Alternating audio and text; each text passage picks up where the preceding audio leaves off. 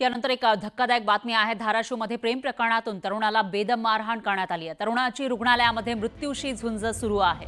मारहाणीपासून तरुण शुद्धीवर नसल्याची माहिती आई-वडिलांनी दिली आहे। तर मारहाण करणाऱ्यांच्या विरोधात आंबी पोलीस ठाण्यामध्ये गुन्हा दाखल करण्यात आला आहे।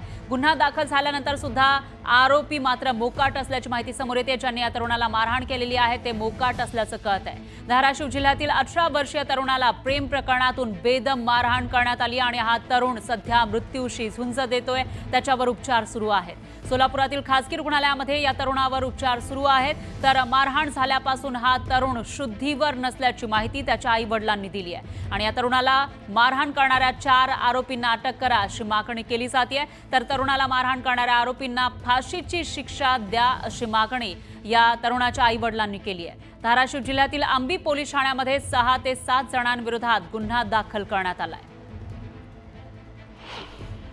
मुलाची परिस्थिती फार कोमामध्ये मुलगा बोलत नाही, काय नाही, शुद्ध बेशुद्ध आहे तो। मला सांगतो पैशाची मागणी केली की मला 10 लाख रुपये घेऊन या, नाही तर तुझा मुलगा मारून टाकला जाईल।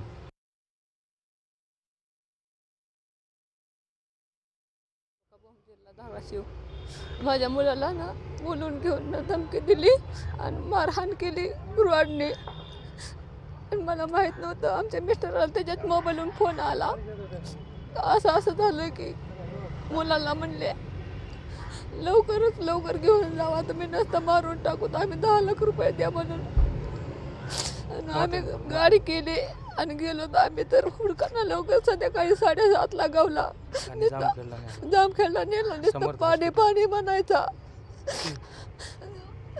खूप मारलंय सर, कमरापासून खाली अवघड जागेला सध्या मारलंय माझा।